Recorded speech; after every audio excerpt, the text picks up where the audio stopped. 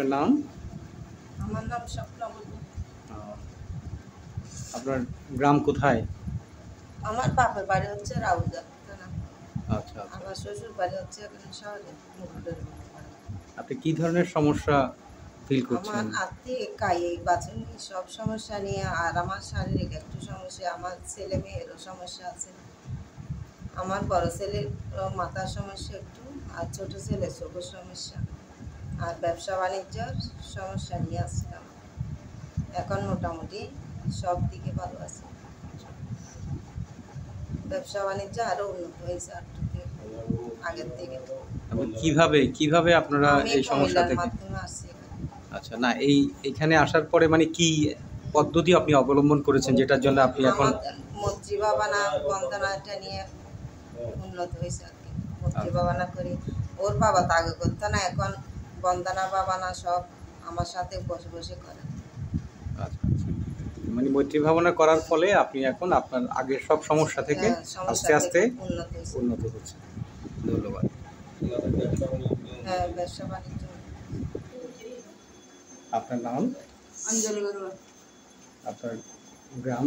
গ্রাম সাতবাড়ি। আপনি কি সমস্যা অনুভব করছেন? আমি অনুভব করছি যে আমার ছেলের যখন ব্যবসা বাণিজ্য একটু অসুবিধা হয়েছে, তখন ওই খাজল মামি উনি আমাকে প্রায় দিন বলতে মাসি এখানে আসেন, আপনি একটু দেখেছেন। আমি তারপর গেলাম, ওখানে আসলাম, ওই সেন্টারে ওখানে আসে 2-3 দিন পর।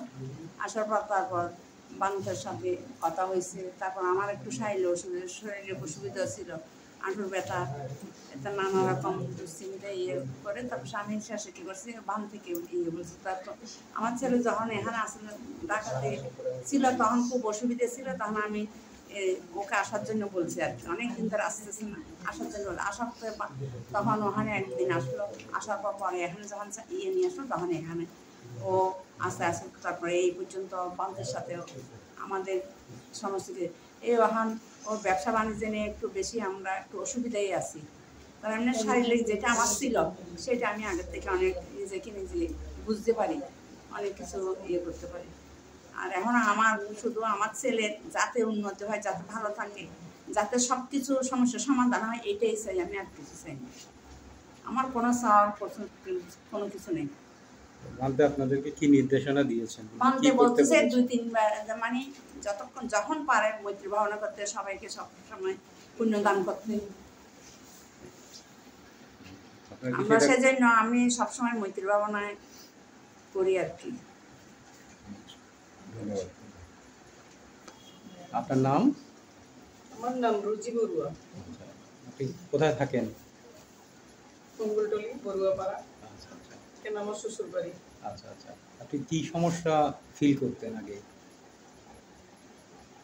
আসলে এই যাদের বাসায় এসে এখন বন্দনা ভাবনা করি, ওরা হচ্ছে আমার যেটা শ্বশুরের বাসায় থাকেন। তো আমি নিচে সবসময় নামতাম, উঠানামা করতাম, আমাদের বিল্ডিং এ একসাথে অ্যাটাচড।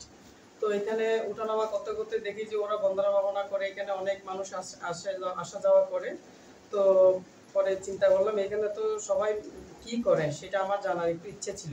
তো পরে আমি সবকিছু করে একদিন আসলাম, 2 দিন আসলাম, এসে বুঝতে পারলাম যে এখানে মৈত্রী ভাবনা করে। তো পরে আমি এমনি আগে থেকেই জানতাম যে ধর্ম করলে সবার সাথে যদি একটা সাধুবাদ দিই অনেক পূর্ণ। তো সেই কারণে আমি এখানে আসা যাওয়া করতেছি, দেখতেছি যে না, এখানে অনেক কিছু জানার আছে বা বুঝার আছে, সেজন্য আমি এখানে আসা যাওয়া করতেছি।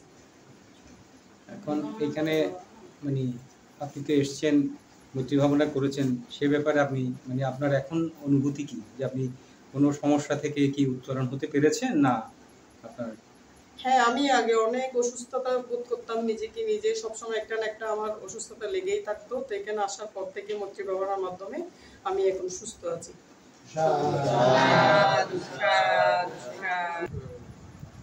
আপনার নাম? শিলা বড়ুয়া। আপনার গ্রাম কোথায়? গ্রাম ছানামতি, থানা আনোয়ারা। আপনি কি সমস্যা অনুভব করতেন?